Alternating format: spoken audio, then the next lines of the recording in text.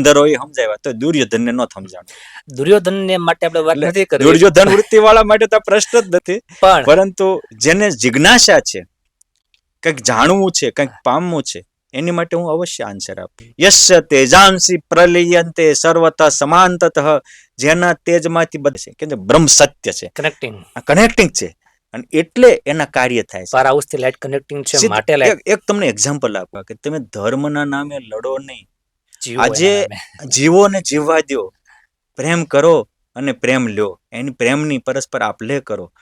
નમસ્કાર, જય સ્વામિનારાયણ, વંદે માતરમ, જય સનાતન ધર્મ. કારણ કે આજે વિષય કંઈક એવો લેવો છે. આપણે પૂજ્ય સ્વામી સાથે ઘણીવાર જ્ઞાન ગોષ્ઠી કરી છે. સ્વામીના માધ્યમથી આપણને ઘણી સારી સમજણો પ્રાપ્ત થઈ છે.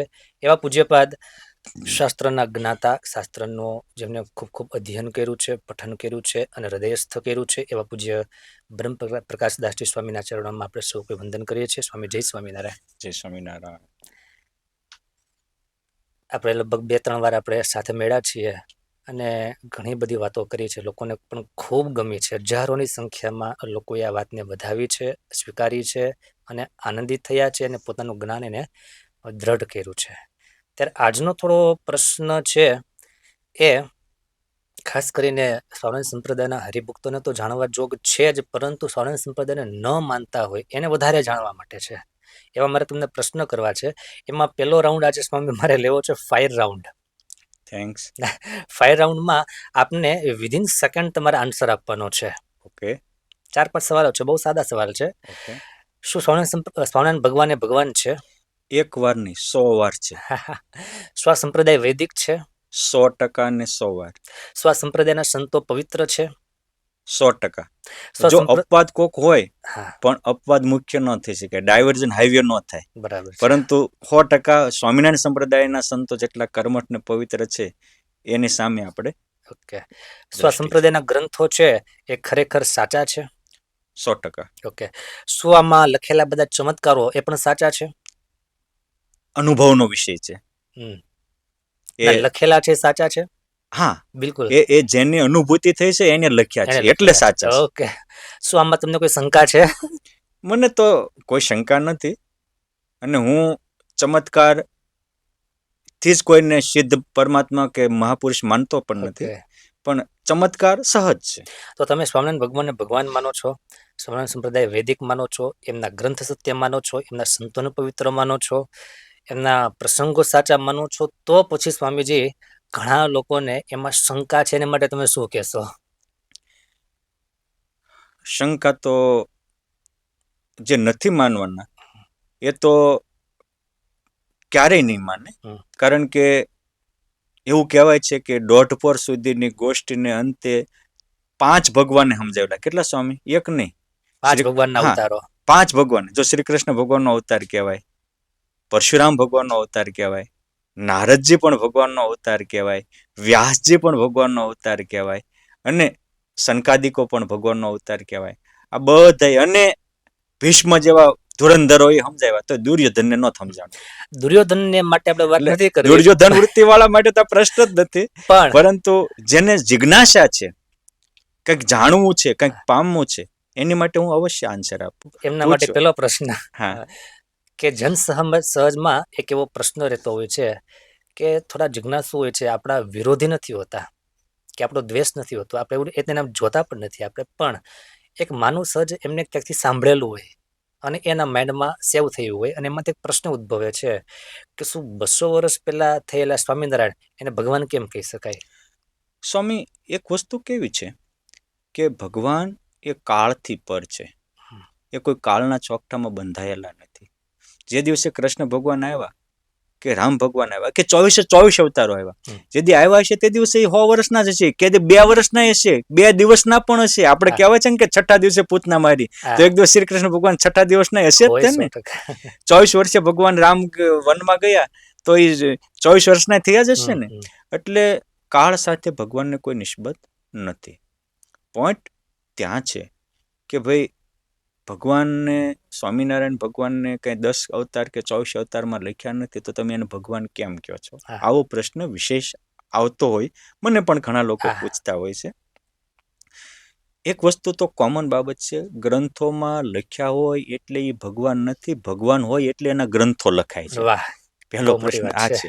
તમે જુઓ, આજથી કૃષ્ણ ભગવાનના કાળમાં ભગવાન વ્યાસજી થયા અને એ સમયમાં પુરાણોની રચના થઈ. અમુક ચિંતકોનું તો એવું માનવું છે કે ત્યાર પછી પણ પુરાણો રચાય છે. એ પાછું સતર્ક છે. હા. જેને વાંચ્યું નથી એને તો કાંઈ ખબર જ નથી, કેમ જે પરંપરાઓ 2000 સુધીના રાજાઓની લખી છે, હા, તો એટલી બધી પરંપરાઓ તો ન આવે ને. હા, બરાબર. આનો દીકરો આનો દીકરો કારણ કે આનો દીકરો. ભાગવતને ભગવાન કૃષ્ણને 5100 થી વધારે વર્ષ થયા છે. હા, પણ મૂળ તો 5000 વર્ષ છે. હા. મારે કેવું છે કે જે બીજા બધા અવતારો છે હમ. એ તો પહેલા થઈ ગયા છે. હમ. એનું તો કોઈ ગ્રંથમાં નામ જ નથી. હમ. તો તમે આજે એને માનો છો ને? આ સ્વીકાર્ય છે. એટલે મારો જે મેઇન પોઈન્ટ છે ગ્રંથમાં કે 5000 વર્ષ પહેલા લખાણું છે અને હા, અવતાર થઈને લાખો વર્ષ થયા છે. એને લાખો વર્ષ થયા. કોઈ સતયુગમાં થયા, કોઈ તો ત્યાંથી ત્રેતામાં ત્યાં થયા. સુધી આપણે એને અનઓફિશિયલી માનશું. હા, એટલે અને એક સીધું છે કે ગુણાતીતાનંદ સ્વામી સીધો જવાબ આપ્યો છે. સ્વામી કે જેના લગ્ન થતા હોય એના ગાણા ગવાય, જન્મો નો હોય એના લગ્નના ગાણા ક્યાંથી હોય? એમ ભગવાનના અવતારો થયા પછી એના ગ્રંથો લખાણા છે. કોઈને પહેલા કોઈ ગ્રંથ નથી લખાણો. તમે કહેશો કે વાલ્મીકી રામાયણ એ પણ ભગવાન રામના સમકાલીન લખાયેલી છે, પહેલા કોઈ નથી લખાણી. અને એ લખાણી સીતા માતા ત્યાં આવ્યા ને વાલ્મીકી લખતા જતા ને લવકુશને શીખવાડતા જતા. બહુ પ્રસિદ્ધ બાબત છે. પરંતુ એટલે ગ્રંથોની તંતીમાં બંધાવવાની જરૂર નથી. અને ભગવાનના 24 અવતાર થાય કે 10 અવતાર થાય એવું પણ નથી. આ બધી 10 ને 24 ની કલ્પનાઓ ક્યાં થાય ભારત સંસ્કૃતિમાં ખબર છે તમને? શંકરાચાર્ય મહારાજ થયા ને એક જયદેવ કવિ જયદેવ થયા, મહાન ભક્ત. પહેલું વહેલું એને દશા અવતારનું એક સ્તોત્ર રચ્યું, ગીત ગોવિંદ લખનારા, ગીત ગોવિંદના રચયિતા. ત્યારથી આ હિન્દુ સંસ્કૃતિમાં પછી બીજા અમુક કવિઓએ 10 અવતારના સ્તોત્ર લખ્યા, એટલે અમુકના મગજમાં ફિટ થઈ ગયું કે 10 અવતાર છે. બાકી આમ ડંકાની ચોટ ઉપર કૃષ્ણ ભગવાને કહ્યું કે સંભવામી યુગે યુગે, તો હજારો યુગો ગયા, તો યુગે યુગે આવે તો હજારો થઈ ગયા. અને અવતારા સંખ્યા, જેમ મોટા સરોવરમાંથી નહેરો નીકળે એમ હજારો અવતારો ભગવાનમાંથી થાય છે. યસ્ય તેજાંસી પ્રલયંતે સર્વત સમાનતઃ, જેના તેજમાંથી બધા પ્રગટ થાય છે અને પાછા વિલીન થાય છે, અંતિમ તત્વ છે. અને એમાંથી જેમ સૂર્યોમાંથી હજારો કિરણો નીકળે એમ અવતારો થાય છે અને પાછા સમાય છે. એ અવતારોની સંખ્યા. પછી આ 24 અવતારોની વિભાવનાઓ પણ આજે રામાનંદ શંકરાચાર્ય જેની જે સંપ્રદાયો આવ્યો ને, ભારતીય સંસ્કૃતિમાં સંપ્રદાયો નહોતા સમય, આચાર્યો થયા પછી સંપ્રદાય પરંપરા આવી. બરાબર. ત્યાં સુધી એક જ ધર્મ, જીવન મૂલ્યો જ ધર્મ હતા. એશો ધર્મ સનાતન કઈ જે મૂલ્યો કીધા એ આપણા ભારતીયોના જીવન મૂલ્યો હતા. અને પછી સંપ્રદાયોની આચાર્યો પરંપરા થઈ ને પછી ભારતમાં આ સંપ્રદાયના લોકોને કોઈ કારણોસર વાડામાં ફિટ કરવામાં આવ્યા. તારી કરતા એમ હારો, મારી કરતા તું હારો. બાકી મૂળ પરંપરા આવી નથી. જેનું જીવન ઊંચું એ ઊંચો, જીવન નીચું એ નીચો. જીવન ઊંચું હોય તો સબરીના બોર રામ ખાય, અને જીવન નીચું હોય તો રાવણના ઘરે જમવા ન જાય, એને મારવામાં જ. હા, એટલે મૂલ્યો ઉપર. અને ઉપનિષદોમાં મહાભારતમાં લખ્યું છે કે વૃત્તો યશ્ય પરીક્ષણ, એની વૃત્ત એટલે આચરણ જ એનું પરીક્ષા છે. માણસ શુદ્ર છે કે બ્રાહ્મણ છે, કેમ કે પેલા બધા જ બ્રાહ્મણો હતા, પણ એના આચરણથી એ નીચે આવ્યા. તમે જો આજે ગાયકવાડ સરકાર ક્ષત્રિય ગણેશ, મૂળ તો દામા પટેલના દીકરાઓ. અચ્છા. દાવડીના પુના પાસેના દામા પટેલ હતા, એના બાપા હતા નંદુ પટેલ. અને નંદુ પટેલે ત્યાં ગાયો કસાય લોકો લઈને જતા હતા અને વાળી દીધી, એટલે ગાયોને કોટમાં પૂરી દીધી, એટલે ગાયો વાળી, એટલે એને ગાયકવાડનું પુના સરકારે બિરુદ આપ્યું. એના બધા ગાયકવાડી કહેવાય. આજે હોલકર પરંપરા છે, સિંધી પરંપરા છે, એ પણ ઇતર જ્ઞાતિ છે, પણ શાસન કર્યું એટલે એ ક્ષત્રિય થઈ ગયા. વિશ્વામિત્ર તપશ્ચર્યા કરી એટલે બ્રહ્મર્ષિ થયા, અને અમુકે તપશ્ચર્યા ન કરી તો બ્રહ્મર્ષિ માંથી પાછા અસુર્યોની સુધી વયા ગયા. અને ભગવાનના અવતારો તમે જોજો ને, કોને મારવા થયા છે. હિરણ્યકશિપુ એ કયા કુળમાં હતા? ઋષિકુળના બધા, બ્રાહ્મણ કુળમાં હતા. રાવણેશ કયા કુળમાં હતો? અને કૌરવ અને કંસ વગેરે કોણ હતા? કોઈ અવતારો નિમ્ન કુળના માણસો મારવા થઈ જાય એવું મારી સ્મૃતિમાં નથી સ્વામી. એટલે જીવન મૂલ્ય મહત્વનું છે. પરમાત્માને જીવન મૂલ્યો કોઈ પણ જ્ઞાતિના હોય એ જીવન મૂલ્યો કેળવે એ બહુ મહત્વનું છે. ને એ જીવન મૂલ્યો કેળવવાનો મૂર્તિમાન સ્વરૂપ એ શિક્ષાપત્રી છે આજના જમાના માટે. શિક્ષાપત્રી આજની નવી સ્મૃતિ છે, આજ્ઞાવલ્ક્ય મનુસ્મૃતિ. એમાં એટલે 200 વર્ષ પહેલા ભગવાન ન થાય એવો કોઈ નિયમ નથી. ન થાય એવો નિયમ નથી ને હજી નહીં થાય એવો નિયમ નથી. હજી ભલે કલ્કીનું એક લીધું, હજી કેટલાય થાય છે. એને સ્વીકારવાના રહ્યા, સ્વીકારવાના જ રહ્યા ને, સ્વીકાર્યા જ છે ને, આપણે પૂર્વેના સ્વીકાર્યા જ છે ને. તો જે લોકોને કઈક દ્વેષ બુદ્ધિ છે અથવા તો કઈ પણ મનમાં આટી છે, તો એ લોકો એમ કહેતા હોય છે કે સ્વામિનારાયણ સંપ્રદાયના ગ્રંથો ચિતરી નાખ્યા છે. તો શું આ ખરેખર ચિતરી નાખ્યા છે? બિચારા, અને હું બિચારા કહું, એ ભલે મોટા કથાકારો પણ બિચારા કહેવાય એને. કે આપણી ભારતીય પરંપરા એ છે કે એક જ વ્યાસ ભગવાને સૌથી પહેલા જો મોટું કાર્ય કર્યું હોય તો સમાજની એકતા અને શ્રદ્ધાની ઠેસ ન પહોંચે. એટલે એક જ ભગવાને શિવપુરાણે રચ્યું, દેવી ભાગવતે રચ્યું, ભાગવતે રચ્યું, વિષ્ણુ પુરાણે રચ્યું, બધા પુરાણો રચ્યા, ગણપતિ પુરાણે રચ્યું. એમાં જે પુરાણ લખ્યું એમાં એને સર્વોત્તમ કહ્યા. બરાબર. અને માનો શિવ પુરાણ હોય તેમ જ કે સર્વ જગતનું કારણ શિવજી છે અને બધા જ બ્રહ્માદિક શિવ વિષ્ણુ વગેરે એની સ્તુતિ પ્રાર્થના કરે છે. દેવી ભાગવતમાં બ્રહ્મા વિષ્ણુ મહેશ એની સ્તુતિ કરતા હોય, માતાની સ્તુતિ કરતા હોય, બધું જ. અરે કૃષ્ણ ભગવાન જન્મ્યા ત્યારે તે બ્રહ્મા વિષ્ણુ મહેશ આવીને એની સ્તુતિ કરે છે. રામાયણમાં પણ એ દેવો આવીને સ્તુતિ કરે છે. એવું રામાયણમાં પણ લખાયેલું છે. આ આપણી ભારતીય પરંપરા છે કે જ્યારે જેનો મહિમા ગવાતો હોય ત્યારે જે જગતના શ્રેષ્ઠ ઇતર દેવો હોય એ એમની વંદના કરતા હોય. એ દેવોને કઈ વાંધો નથી કરવામાં, અને લખનારા વ્યાસ ભગવાનને વાંધો નથી. વાંધો તો આપણે ખોટા રાગ દ્વેષમાંથી પેદા કરેલી વસ્તુ છે. એટલે જો એવું કહેતા હોય કે સ્વામિનારાયણ સંપ્રદાયના ગ્રંથો ચિત્ર, તો બધા ગ્રંથો ચિત્રેલા જ છે. એ તો પરંપરા છે. એ દ્રષ્ટિથી બધું ચિતરાયેલું છે. એ દ્રષ્ટિથી તમે કહો છો કે અમને ગૌણ કર્યા, તો એ બધામાં એમ જ છે. શિવ પુરાણમાં વિષ્ણુ ગૌણ હોય, વિષ્ણુ પુરાણમાં શિવ ગૌણ હોય. એટલે કોના પુરાણમાં શું છે એ જોવાની જરૂર નથી. દીકરાઓ, તમને શું કરવાનું કીધું છે એ જોવાની જરૂર છે. આપણે શું કરવાનું? શિવ ભગવાનને આપણને શું સંદેશો આપે? આપણા જે ઋષિ મુનિઓ હતા, હું કહેતો ને કે કૃષિ પ્રધાન સાથે ઋષિ પ્રધાન દેશો, ત્યારે આ હતા કે ભાઈ તમે શિવને માનો છો, તમને શિવમાં છે તો તમે આ કરો. કોકનામાં ચંચુપાત ન કરો. આ બીજાના જીવનમાં ચંચુપાત કરવો ને એ સ્વામી આસુરી વૃત્તિ છે. આ સત્યાર્થ પ્રકાશ નામનું જે પુસ્તક છે એમાં તો કૃષ્ણ ને રામ અને ભાગવત વગેરેનું ઘણું બધું પેલું કરેલું છે. ગાંધીજીએ બહુ સ્ટેટમેન્ટ સારું આપ્યું છે. સત્યાર્થ વાંચ્યા પછી એ કે ભારતમાં એક ઋષિ કક્ષાનો માણસ ગણી શકાય અને એ પોતાની જાતને હું સાચું કહું છું એવું માને છે, પરંતુ એનો સત્યાર્થ વાંચતા મને એવું લાગે છે કે સનાતન ધર્મનું પોતાની શ્રેષ્ઠતામાં સૌથી વધારે અપમાન કરનારા હોય તો આ છે. ગાંધીજી આવું સ્ટેટમેન્ટ આપ્યું છે. એનું સત્યાર્થ પ્રકાશ વાંચીને જ કે એને કાંઈ નું હારું દેખાણું, નો ભાગવત હારું દેખાણું, નો રામ હારા દેખાણા, નો દ્વારકા હારી દેખાણી, ન અયોધ્યા હારું દેખાણું, ન કોઈ અવતારો. અને એમાં સત્યાર્થ પ્રકાશમાં સ્વામિનારાયણ ભગવાન માટે એક પાનું લખ્યું છે, પરંતુ એને કોઈનું હારું નથી કીધું. તો સ્વામિનારાયણ ભગવાન ક્યાંથી હારું બિચારો બોલે? અર્થ એવો થયો ને કે જે રીતે સત્યાર્થ એને સાચું બોલવાની દ્રષ્ટિ જ નથી. સત્યાર્થ પ્રકાશ છે ને એ ખરેખર એના ખુદના વિચારનો અને બુદ્ધિનું પ્રદર્શન લાગે આપણને. અને વિસંગતતા ઘણી બધી છે. પાછું અહીંયા કઈક કીધેલું છે, પછી કઈક કીધેલું છે. એમાં વિસંગતતા, કોન્ટ્રોવર્સી એમાં પણ છે. સ્વામિનારાયણ સંપ્રદાયની સ્વામી એક વિશેષતા એ છે કે ભગવાન સ્વામિનારાયણને પોતાના સંતોને કહીને પ્રેરણા કરીને ગ્રંથો લખાવ્યા, તેમ છતાં બધા જ ગ્રંથો, આખા હિન્દુ સંસ્કૃતિના ગ્રંથોનો અભ્યાસ કરવાનો એને ભગવાને સ્કોપ આપ્યો. આજે ઘણા સંપ્રદાયો છે એમાં પોતાના સંપ્રદાયના ગ્રંથો સિવાય બીજાને જોવાનો ચાન્સ જ નથી. ત્યારે સ્વામિનારાયણ સંપ્રદાયના સંતો હોય એ 18 પુરાણોને વાંચશે, બધા જ ઉપનિષદોને વાંચશે, ઇતર ગ્રંથોને પણ વાંચશે. બધી સંસ્કૃતિમાંથી સારું એ મારું કરીને સ્વીકારશે.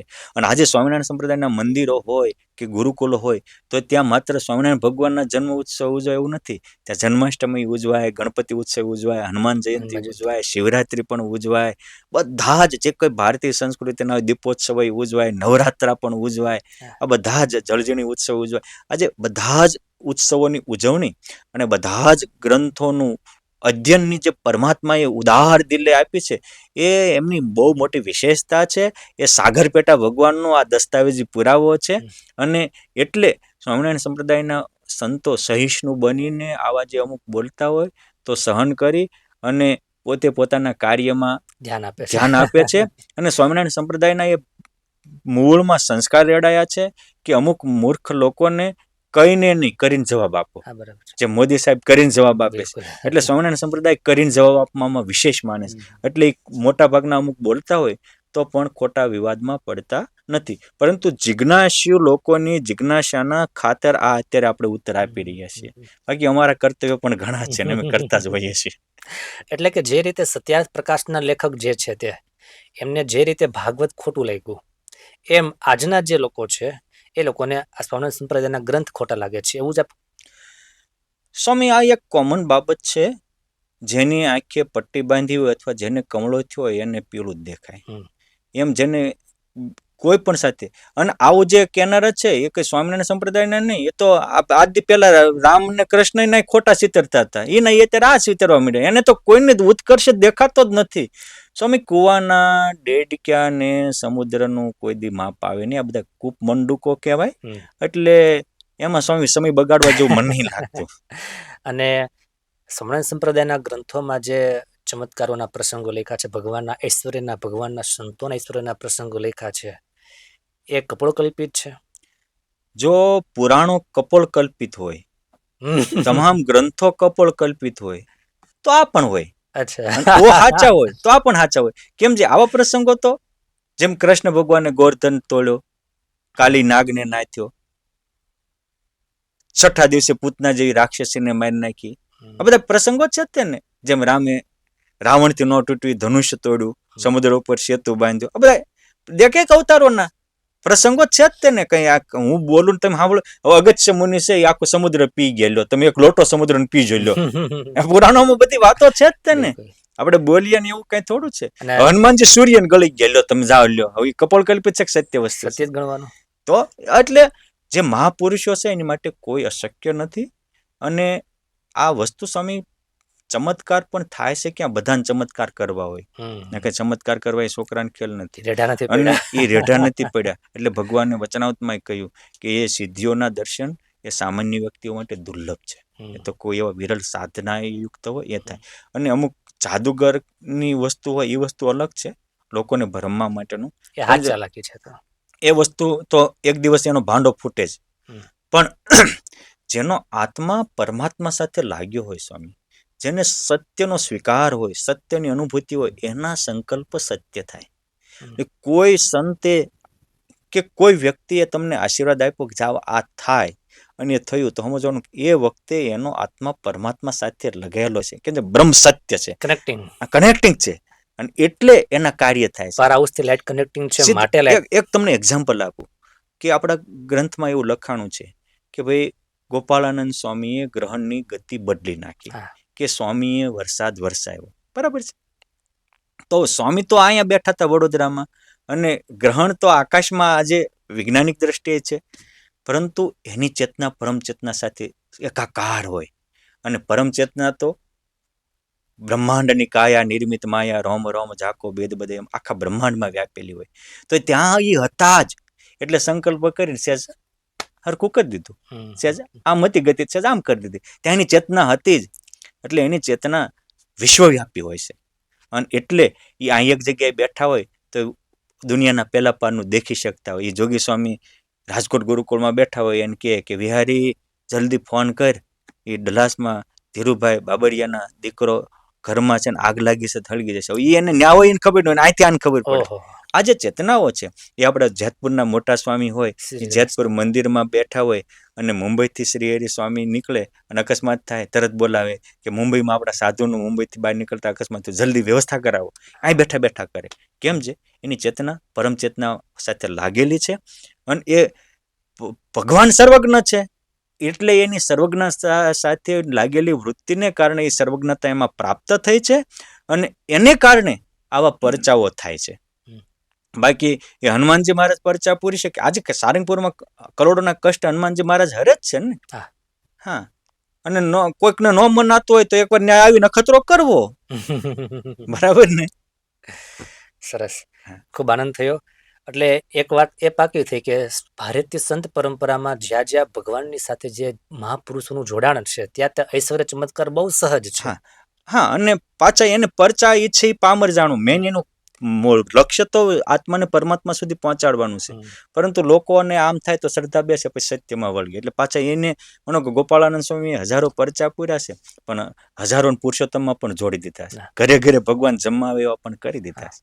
એ એની મહાનતા છે, જે ગોપાળાનંદ સ્વામી જીવન ગાથામાં 3 ભાગમાં વિસ્તારથી લખાયું છે. એટલે કે જે રીતે સ્વામિનારાયણ સંપ્રદાયના પ્રસંગો જેમ કલ્પિત નથી અને જેમ સત્ય છે, એવી જે રીતે કે સ્વામિનારાયણ ભારતીય સંત પરંપરામાં પછી એ મહારાષ્ટ્રના સંત જ્ઞાનેશ્વર હોય, બરાબર છે, સીધી બાબત છે. ઘણા સંતો બહુ થઈ ગયા, બોપદેવ થઈ ગયા, તુકારામ થઈ ગયા, નામદેવ છે, તિલ્લુવલ્લુવર તિરુપતિ બાલાજી, આપણા ગુજરાતમાં કેટલા બધા ગુજરાતમાં બહુ મહાન સંતો થઈ ગયા ને. આ અત્યારે મોટી જાયગાઓ છે ને, વીરપુરની જલારામ બાપા છે, બધી ભજનદાસ બાપા છે, મેરામ બાપા છે, આજે થાય જ છે ને, આજે ત્યાં થાય છે ને. એ કોઈ પણ જેની ચેતના પરમાત્મા સાથે લાગશે, સ્વામિનારાયણ સંપ્રદાયનો વિષય કોઈ નથી છે, અને આ અનુભવનો વિષય છે, આ ચર્ચાનો વિષય નથી. અને કોઈ પણ શંકાનું સમાધાન ચર્ચાથી ને ઉપાસનાથી જ થાય છે. તમારે પામવું હોય તો ઉપાસના કરો, ઉપસવા ન કરો, વાસના વધારવા પણ ન કરો. ઉપાસના અમૃત છે, રાગ દ્વેષ ઝેર છે, માટે અમૃતનું પાન કરો, તમે પણ અનુભૂતિના ઓડકાર પામશો. ખૂબ સરસ. તો આખી આપણી જે આજની ચર્ચા છે એની છેલ્લી 3 મિનિટમાં મૂલવવું હોય કે શાસ્ત્ર, પરમાત્મા અને પ્રસંગો, ઐશ્વર્ય, સ્વામિનારાયણ સંપ્રદાય અને સંપ્રદાયથી ઇતર જે છે, જે સત્ય છે, સનાતન છે, અને આપણે એને સ્વીકાર કરીએ, એ બંને વચ્ચેની ભેદરેખા કે બંનેની વચ્ચેની પરસ્પર સંવાદિતા માટે શું કહેશો? જો ભેદરેખા તો આમાં હોય જ નહીં, કેમ જે ભગવાનને કોઈ ભેદરેખા રાખી નથી, એટલે આપણે રાખવાનો કોઈ અર્થ પણ નથી. પરંતુ આ સત્ય દરેક ધર્મમાં છે. હિન્દુઓમાં મંદિરો છે, તો ઇસ્લામમાં મસ્જિદો છે, ખ્રિશ્ચનોમાં ચર્ચો છે, યહૂદીઓ કે શીખોમાં ગુરુદ્વારા છે. બુદ્ધ ભગવાનને સૌથી વધારે મૂર્તિનું ખંડન કર્યું, આજ સૌથી વિશ્વમાં મોટામાં મોટી મૂર્તિઓ એની છે. ઇસ્લામોએ સૌથી મંદિરો તોડે, સૌથી મોટી જાજી મસ્જિદો એની ઊભી છે. સમજાય છે? એટલે આ વસ્તુ તોડવા કરતા જોડવામાં જે આનંદ છે એ મહત્વનો છે. અને ભેદરેખા બીજું તો કે પરંપરા આખી સત્ય છે. દરેક પરંપરાના અનુયાયીઓ એના જે મેઇન સ્થાપકો હોય કે પછીના મહાપુરુષો હોય, એના દ્વારા થયેલા નાના મોટા ઐશ્વર્ય પ્રતાપનું વહન એ સ્વીકારે છે. એમ સ્વામિનારાયણ સંપ્રદાયના પણ સ્વીકારે છે. એટલે આપણે બધા એક જ પરંપરાના છીએ. ઇતર પરંપરાઓના મંદિરો છે, આપણી પરંપરાના પણ મંદિરો છે. અને સનાતન ધર્મ હંમેશા સારું એ મારું એને સ્વીકારનારો છે. અને એ એક પહેલા ધોરણનો વિદ્યાર્થી બીજામાં જાય, ત્રીજામાં જાય, ચોથામાં જાય, કોલેજમાં જાય, અને એનાથી અપ પણ થાય, ડોક્ટરેટ સુધી જાય. એ રીતે ઋગ્વેદ મૂળ છે, એમાં પુષાદેવ ને ઉષાદેવ ને મૈત્રી દેવ આ બધાના સૂક્તો છે. તે એ વખતે એના મંદિરો પણ હતા. પછી ભગવાન રામ ને કૃષ્ણ આવ્યા, નરસિંહ કે વર આવ્યા, એના મંદિરો થયા ને ઓલા વૈયા ગયા, એમાં સ્વામિનારાયણ આવ્યા, પણ મૂલ્યો એમના ઉભા રહ્યા. એ આ સંપ્રદાય, કોઈ પણ સંપ્રદાય હોય, એના મૂલ્યોને આધારે ટકે છે. અને મૂલ્યો બધા માટે કોમન છે. ધર્મ બધા માટે સામાન્ય છે. નિરુક્તિમાં એનો નિર્દેશ કર્યો છે કે ધર્મસ્તુ જીવાય અને ઉપાસના તો એકલહ. ઉપાસના મારે ક્યાંની ઉપાસના કરવી મારો વિષય છે, તમારે ક્યાંની ઉપાસના કરવી તમારો વિષય છે. એમ બધા જ જન સમાજને કોની ઉપાસના કરવી પોતાનું વ્યક્તિગત બાબત છે. ઉપાસના માટેના જે લોકો આક્ષેપ પ્રક્ષેપ કરે છે એને ઈશ્વર તત્વ સમજાયું નથી, અને એ આધ્યાત્મિક માર્ગમાં શું કહેવાય એની એને ગતાગમ પણ નથી. માટે જે જેને ઉપાસના કરે, મીરા કે મેરે તો ગુરુધર ગોપાલ એના માટે સત્ય છે. હમ તો એક સહજાનંદ ગાવે એ પ્રેમાનંદ સ્વામી માટે ઓકે છે. અને માહિરી મેં તો પુરુષોત્તમ વર પાયો એ મુક્તાનંદ સ્વામી માટે યોગ્ય છે. અને સલોણી સબી સહજાનંદ ઉર્બસી એ બ્રહ્માનંદ સ્વામી માટે યોગ્ય છે. માટે જેને જે નિષ્ઠા બંધાણી અને એના હયાતીમાં છે. સ્વામી આજે હું પરમહંસો કહું છું, ઘણાનો એક પ્રશ્ન હોય છે કે સ્વામિનારાયણ પછીથી ભગવાન ઠેરાઈ દીધા. એ બિચારાને ખબર જ નથી કે એને સ્વામિનારાયણ સંપ્રદાયના સાહિત્ય કે એના પરમહંસોના જીવનમાં ડોક્યું પણ નથી કર્યું. સ્વામિનારાયણ સંપ્રદાયના એક સંતો સ્વામિનારાયણે એને બધી અનુભૂતિઓ કરાવી પછી થયેલા છે. દાસને તો હવે દાસ બનાવી શકે, પણ દુશ્મનોને દાસ બનાવી હતા ભગવાન સ્વામિનારાયણ. વિરોધીઓને વશ કરે એ હતા ભગવાન સ્વામિનારાયણ. અને સ્વામિનારાયણ ભગવાનને કઈ નથી બતાવ્યું, કરીને બતાવ્યું છે. હમ, એમ કે કોઈક આવીને કે જમપુરી કોને જોઈશ, તો ભગવાન એક સેકન્ડમાં દેખાડતા હતા. હમ. જોઈ લો. એને કીધું કે રામ કે કૃષ્ણ કોણ છે. હજી આજે રામ કે કૃષ્ણ ઉપર પ્રશ્ન ઉઠાવનારા છે સ્વામિનારાયણ સંપ્રદાયમાં સ્વામી એ નથી. હા. આવ્યા તો સ્વીકાર છે. દેખાડ્યા છે. અરે દેખાડ્યા છે. રામ ઉપાસી રામને દેખે, કૃષ્ણ ઉપાસી કૃષ્ણ દેખે, હનુમાન ના દેખે હનુમાન જેવા ભાવ એવા તેવા ભગવાન. આ બધા જ ભગવાનોની અનુભૂતિઓ કરાવી છે. અને એ અનુભૂતિઓ પછી બધા લોકોએ સ્વીકાર્યા છે. એટલે ભગવાન સ્વામિનારાયણની હયાતીમાં એને 20 લાખ લોકો ભગવાન સ્વામિનારાયણ માનતા હતા. અને એ વખતે 4000 ત્યાગી સમાજ, 3000 જેટલા પરમહંસો ને બીજો 4000 ઉપરાંત ત્યાગી સમાજ એને ભગવાન સ્વીકારતો હતો. આજે કરોડોની સંખ્યામાં સ્વીકારે છે અને હજી વધતા જ જવાના છે. બરાબર. કેમ જે એના જીવન મૂલ્યો છે. એક મહત્વનો પ્રશ્ન કે સ્વામિનારાયણ સંપ્રદાયના મંદિરોમાં અલગ અલગ અવતારો, લક્ષ્મીનારાયણ હોય, રાધા કૃષ્ણ દેવ હોય, શિવજી, પાર્વતી, હનુમાનજી, ગણપતિ વગેરે બધાની ત્યાં સ્થાપના છે. તો ઉપાસના સ્વામિનારાયણ ભગવાનની જ કેમ? દરેક કાર્યકર્તાના હેતુ હોય ને એ બહુ મહત્વના હોય છે. કારણ કે મેં તમને કહ્યું ને કે ભગવાન વ્યાસજીએ ગણપતિ પુરાણ લખ્યું, વિષ્ણુ પુરાણ લખ્યું, શિવ પુરાણ લખ્યું, બ્રહ્મ પુરાણ લખ્યું, બ્રહ્મવિવર્તન લખ્યું, દેવી ભાગવત લખ્યું. શું કામ લખ્યું? કે ભાઈ તમને જ્યાં શ્રદ્ધા છે તમારા માટે સારી છે, પરંતુ બીજાના તમે ખંડન ન કરતા. એકના જ રચેલા બધા છે એટલા માટે. એટલે હતા હિન્દુ સમાજની એકતા માટે આ કર્યું હતું. પરંતુ કાળે કરીને બધા જ અંદરો અંદર ઝઘડવા માંડ્યા. એક સાગર પેટા ભગવાન સ્વામિનારાયણ આવ્યા કે તમે ધર્મના નામે લડો નહીં. આજે જીવો ને જીવવા દો, પ્રેમ કરો અને પ્રેમ લ્યો, એની પ્રેમની પરસ્પર આપ લે કરો. મેન મુદ્દો તો આ છે કે આ શા માટે. તો એ આજે તમે જો કોઈ શિવ ભક્ત કૃષ્ણ મંદિર નથી બાંધતા ને કૃષ્ણ ભક્ત રામ મંદિર નથી બાંધતા. અરે ઘણા તો રામ નામ લેતા લજાતા હોય છે. ત્યારે સ્વામિનારાયણ ભગવાનમાં સ્વામિનારાયણ ભગવાને 1882માં આરતી પછી પહેલી ધૂન શીખવાડી, રામકૃષ્ણ ગોવિંદ જય જય. આજે ગવાય છે. આજે મંદિરે મંદિરે. હું ક્યારેક એનો આખો ઇતિહાસ લખીશ, કહીશ. એ સમજવા જેવો આખો ઇતિહાસ ભગવાન સ્વામિનારાયણ પ્રગટાવેલો. શું કામ? સર્વ ધર્મ સમન્વયની ભાવનાથી. અને ભગવાન સ્વામિનારાયણના સત્સંગીઓએ પરસેવો પાડીને એ મંદિરમાં કમાણી નાખી છે. સાધુઓએ રાતદી એકતા કરી, સાંભળા કાળા થઈ જાય એટલી મહેનત કરીને મંદિરો નિર્માણ કર્યા છે. અને પછી બધા દેવોની સ્થાપના કરી છે. એ જ સ્વામિનારાયણ સંપ્રદાયની વિશાળતા છે.